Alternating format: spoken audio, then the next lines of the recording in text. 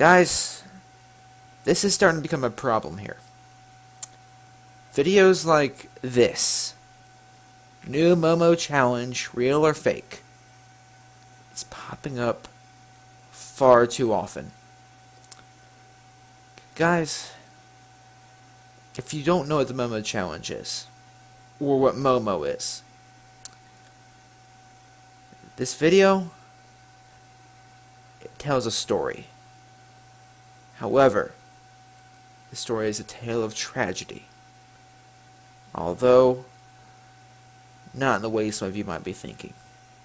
If you've been spending any amount of time on YouTube or other sites, you might be seeing an increasing amount of videos and articles related to the Momo challenge, which is, well, a death challenge, or rather a supposed death challenge. And of course, with every one of these online cryptids, you have the clickbait videos like Momo followed me home from Clinton Road, apparently, and calling Momo. I don't get what's the deal with people trying to call online horror characters or just fake characters in general, and then claiming, oh, he called back, or they answered, or whatever. It's just clickbait. Stupid. But then you see a lot of videos popping up made by horror channels talking about the challenge itself and calling it fake and whatever, and not really, you know, they talk about the challenge and whatnot. And then we see, of course, the news, things like Inside Edition, Fox, and news outlets like that releasing videos warning the Momo challenge, or who's behind the Momo challenge, which, holy crap, has 2.5 million views of misinformation. Holy crap.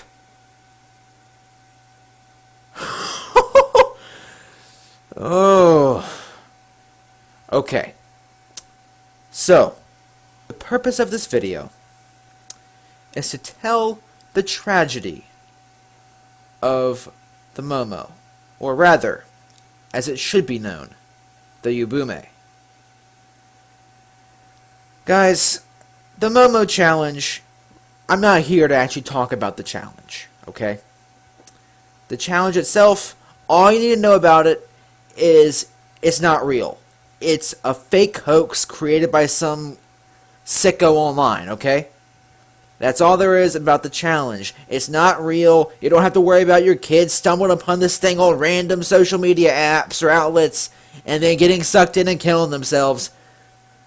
That's not what that's not gonna happen as far as Momo is concerned, because it's not real. It's fake. But the story of Momo itself is a story of tragedy, for different reasons. But I will give a brief outline of what to expect from this, you know. And while no, I'm not out here to tell you the dangers of the challenge, because as previously mentioned, it's fake. I do feel like it is important to give a background of the challenge, or of the supposed challenge, just for historical sake, so you guys can get an idea of a background before I talk about the history of the Momo itself, referring to it as an entity. So, let's dive right in, shall we? So, back in late 2018, supposedly on the texting client called WhatsApp, there was a viral trend going around called the Momo challenge, where an unknown person with a picture of the Momo would approach a person and ask if they wanted to play a game. If the person consented to the game, they would be asked a series of questions, starting from things like, what's your greatest fear? And things, you know, basically vanilla, just questions that you might ask to get to know someone, or just, you know, it starts sounding like it's a challenge to overcome fear or whatnot. And at the end of each challenge that you do, you'd send photographic proof that you actually did what they said, because as the challenges progressed, they would get more and more requiring. Like, show yourself trying to conquer your fear, and then send a picture of you trying to do it. And, it starts off like that at first, and it's, to some, sounded like the Blue Whale Challenge, which is a major suicide game over in Russia. Now, the challenges were organized in a 50-day schedule, where every day the curator would contact you and you get a new challenge. However, as the days progressed and the challenges started stacking up, these challenges started getting worse, starting to cause self-harm, and eventually, in some cases on the 50th day, encouraging or at least telling the player to commit suicide. And if they refused to provide photographic proof, or if they sent like Photoshop pictures, they were threatened, or supposedly threatened by the curator, saying that it's too late to turn back now or to be fake or whatever, because we're watching you. This would be to invoke fear in the participant and urge them to keep playing. Now, reports were spread around all across South America, saying that, oh, this girl killed herself, and it's obviously linked to the Momo challenge. However, if this girl actually did commit suicide, it was not for the Momo challenge, and this fact, or quote-unquote fact, could have been fabricated. And it might have been. So, like any good viral trend, it stayed popular for a bit, and then it died. But then, for some reason, it came back in mid to late February into early March. And like any good trend, it's become popular. I mean, literally, Amazon has t-shirts for these things. And if you scroll down the reviews, this person here, February 26th, is referencing the challenge, clearly uninformed. Because the challenge is fake. There's no such thing as the Momo challenge. It was just some spooky hoax. But, and of course, and then the psychotic hacker part is just wrong. I also found a book titled Let's Find Momo. That's not what I was picturing, but I'm okay with this. What the heck? As you can see, the spread of this quote-unquote challenge is growing. The spread of its online publicity and its overall message is being spread around by products created and sold on Amazon and things like eBay as well. And it's being spread by news outlets on social media, YouTube, and on TV as well. And this, of course, is spreading paranoia across parents because they're afraid of their kids using things like WhatsApp and stumbling upon this death game. For good reason, as the Blue Whale Challenge spread in a very similar way and was a legitimate threat. But Momo Challenge, this comes down to the classic case of being ill-informed. And I'll get more about talk more about the news and stuff later. But for now, it's time that I deliver something I promised. A story. A story of tragedy. And something that's kind of heartbreaking when you think about it. Here we go. Our story takes place and begins in ancient Japan. The ancient Japanese, to those who don't know, believed in spirits that roamed around the earth after their earthly bodies had died. These spirits were called yokai, and they were blamed for the inconveniences of life to good fortune as well. And each yokai served a different purpose. And a lot of the yokai were made to explain what happened to specific people, or what happened in turn because of specific events. Legends told of women who died during or after childbirth would be found, again, roaming around on the seaside late at night. They would be seen bloodied and carrying the ghostly form of their child. However, these beings were known as Ubume, or Ubume, and these were the yokai of mothers who died during or after childbirth, and whose children in some cases lived on. Now, the story behind these is actually sort of heartwarming in its own disturbing way. You see, the Ubume were supposed to look after the kids, their kids. They were to find their kid and look after them and take care of them and try to stay with them until they can find living relatives and deliver them to them to keep them safe before they can finally pass on or find at least a loving home. So the goal here was for the Ubume to be the mother to take care of her child even through death, so that her child can live on and have a good life. It's, like I said, disturbingly heartwarming that they believe that even after death, the mother still cared enough to look after her kid and try to take care of it and get it a good home. That's pretty heartwarming, right? And I guess if you look into it, into the way that we could see it today, that this story was told to say to kids who lost their parents or lost their mother and couldn't remember her, that hey, just because you don't know her now, it doesn't mean she wasn't active in your life. She helped you get to where you are now. She even stayed behind. Instead of going to the afterlife, she stayed on Earth in the form of a yokai to make sure you were safe.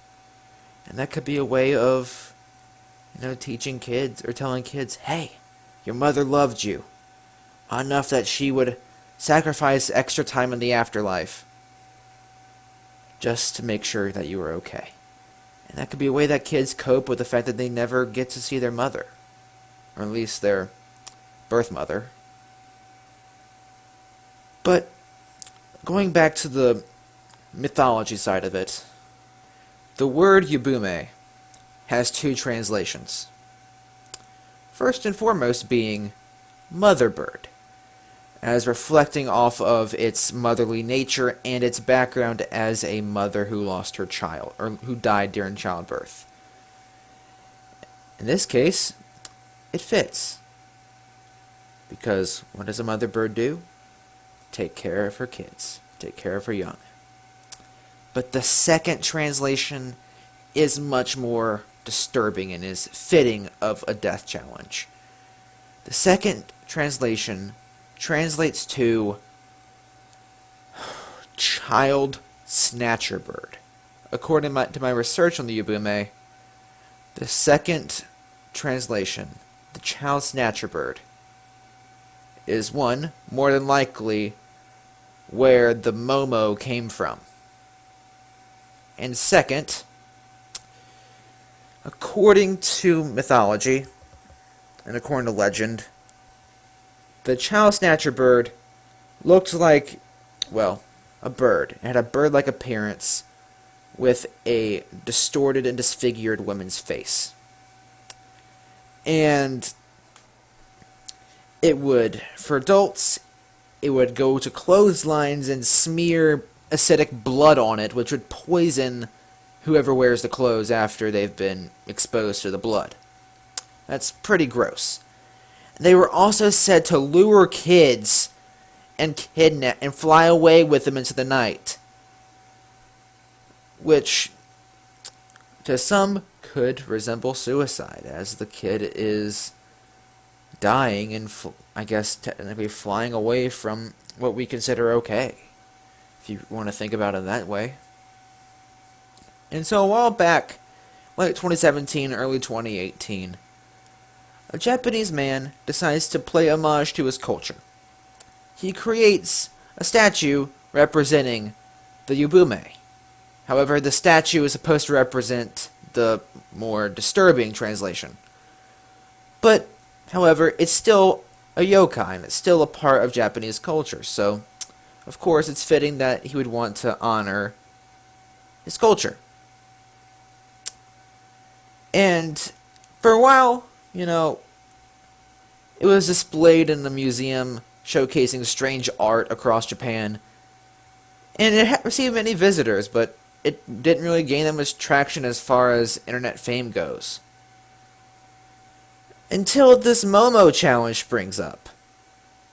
Now, the statue itself had been starting to decay, and mostly all that remained was its head. But somebody had taken an Instagram photo I believe the museum had taken a picture of it and posted it on their Instagram page.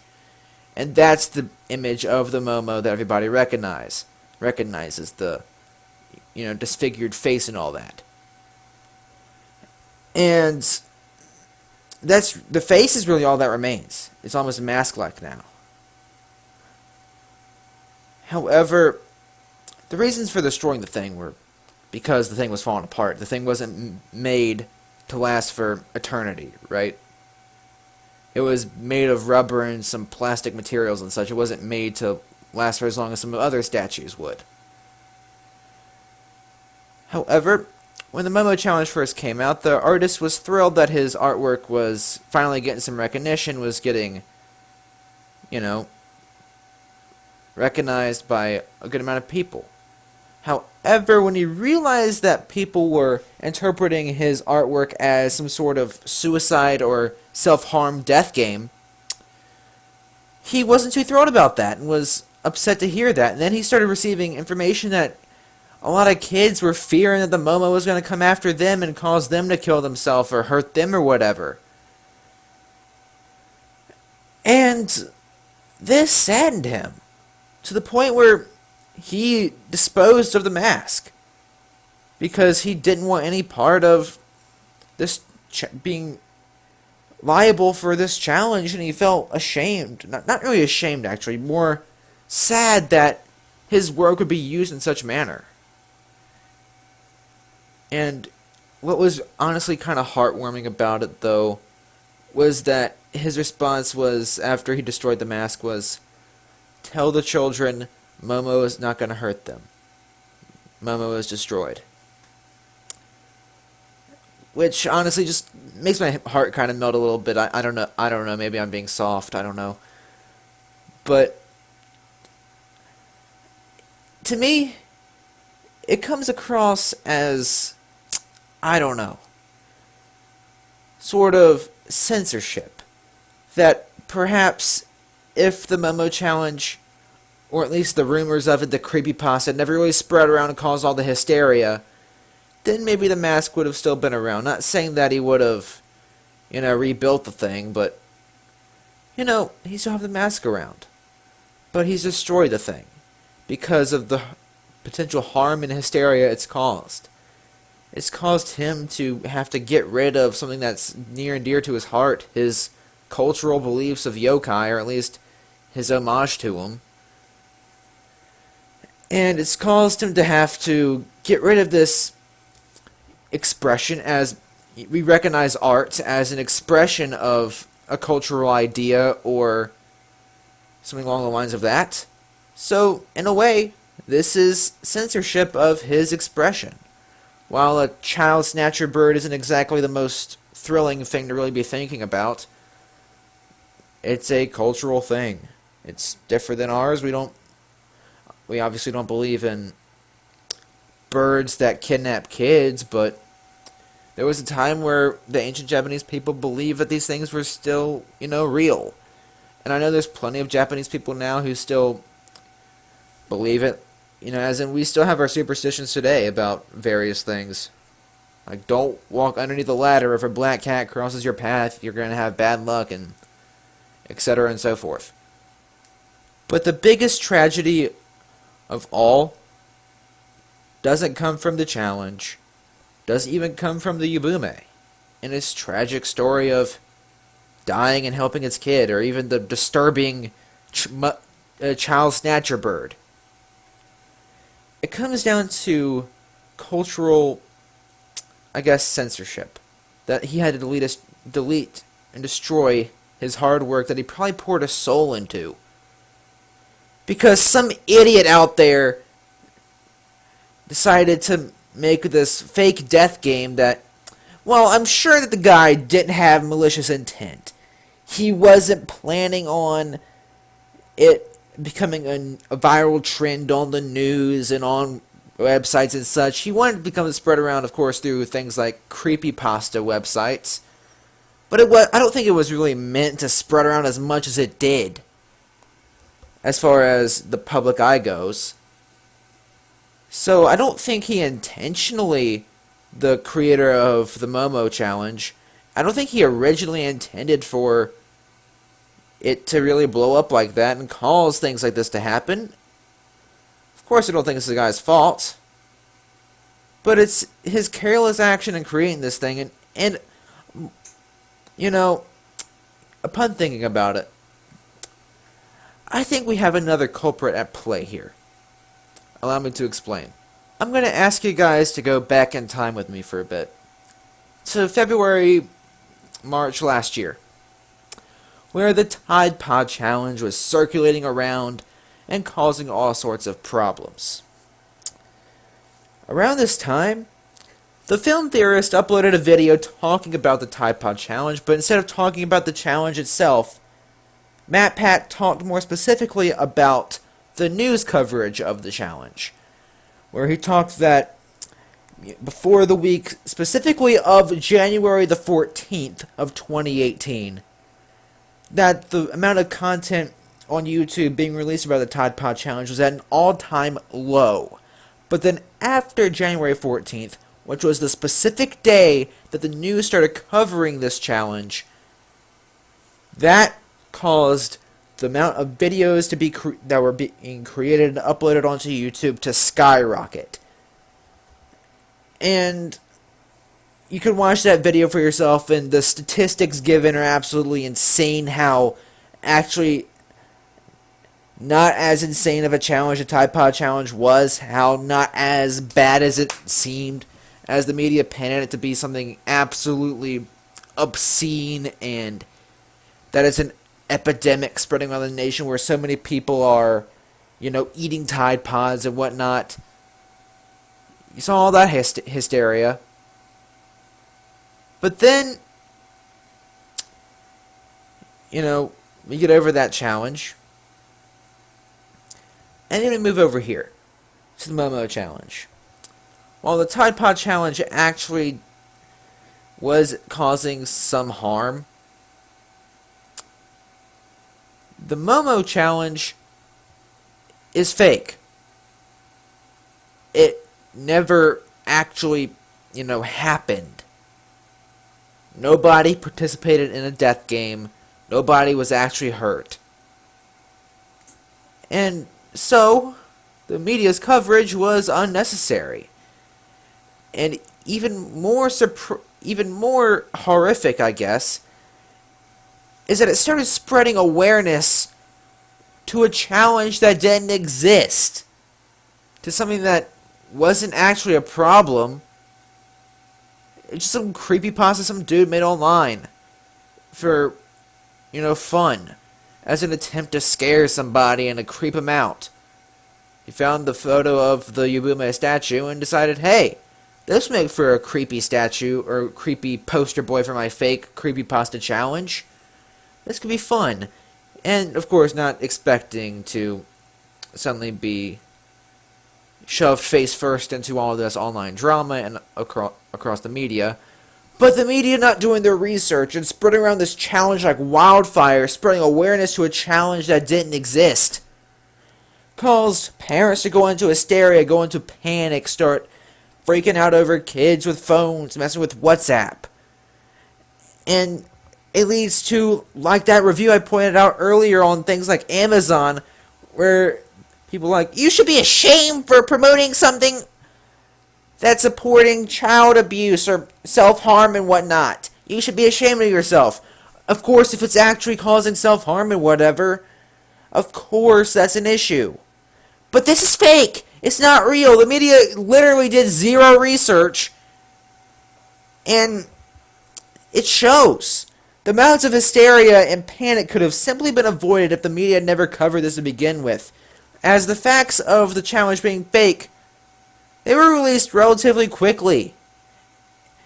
And literally, we live in the day and age where we have the entire internet, which is a vast network of resources and information. All of this is accessible by pulling out a device we can carry around in our pockets and just typing in, oh, Momo challenge. Is it real or fake? And then suddenly you get results. This is fake. And that's all you have to do. You don't need to start just believing everything you see. Of course you can't believe everything you see on the internet, but when everything is saying this is fake, you don't need to follow it. Or, you can truly believe if something is a reliable source if you see the challenges like, oh, I called Momo at 3 a.m. and he picked up. Or rather, she, because it's a mother bird, you idiots! I'm starting to fly off the handle here a little bit. But it's ridiculous.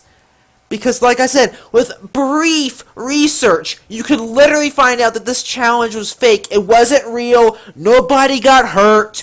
Nobody killed themselves because of this challenge. And I think I should clarify myself real quick. The Blue Whale Challenge was sort of a creepypasta-esque thing that actually did escalate and did end up killing some people.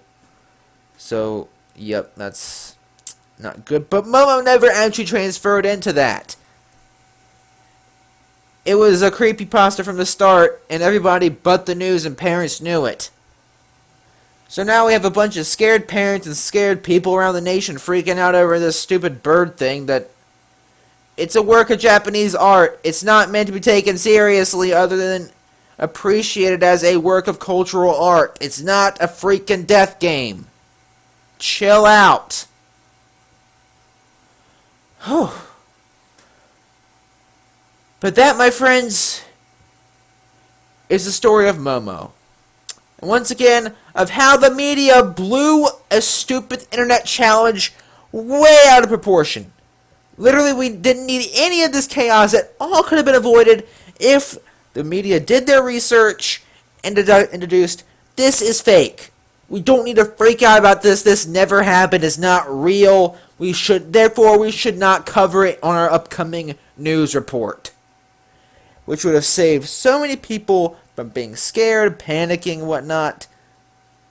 And overall, it's once again another disgrace on how the media just blows these things way out of proportion and causes all this unnecessary fear. Because honestly, that's kind of what they drive off of. They drive off of drama. They're leeches for drama. Of course, there's a time and place for things to actually be covered. Where if this was an actual situation which was causing issues, then of course I would appreciate the media to be on top of their game and tell us if something's actually going wrong. But it's not.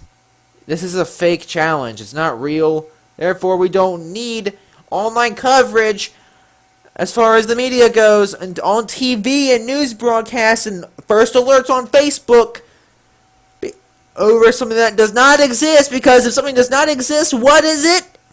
Did you say fake? If you said fake, you're right. Because what do fake things do? They don't exist, so they can't really cause problems. Unless you become a cultist of Slenderman. That's a different story, but we're not talking about that here.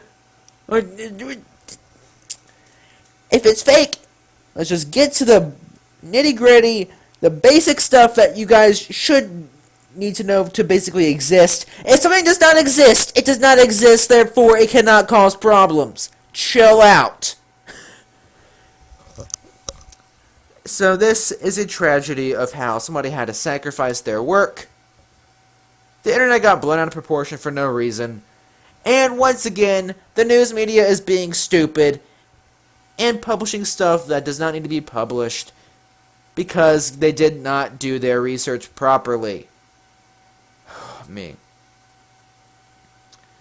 So guys, I hope this video may have educated you and changed your mind about the whole Momo crisis if you hadn't done research already. Hopefully this taught you about the tragedy of, this challenge.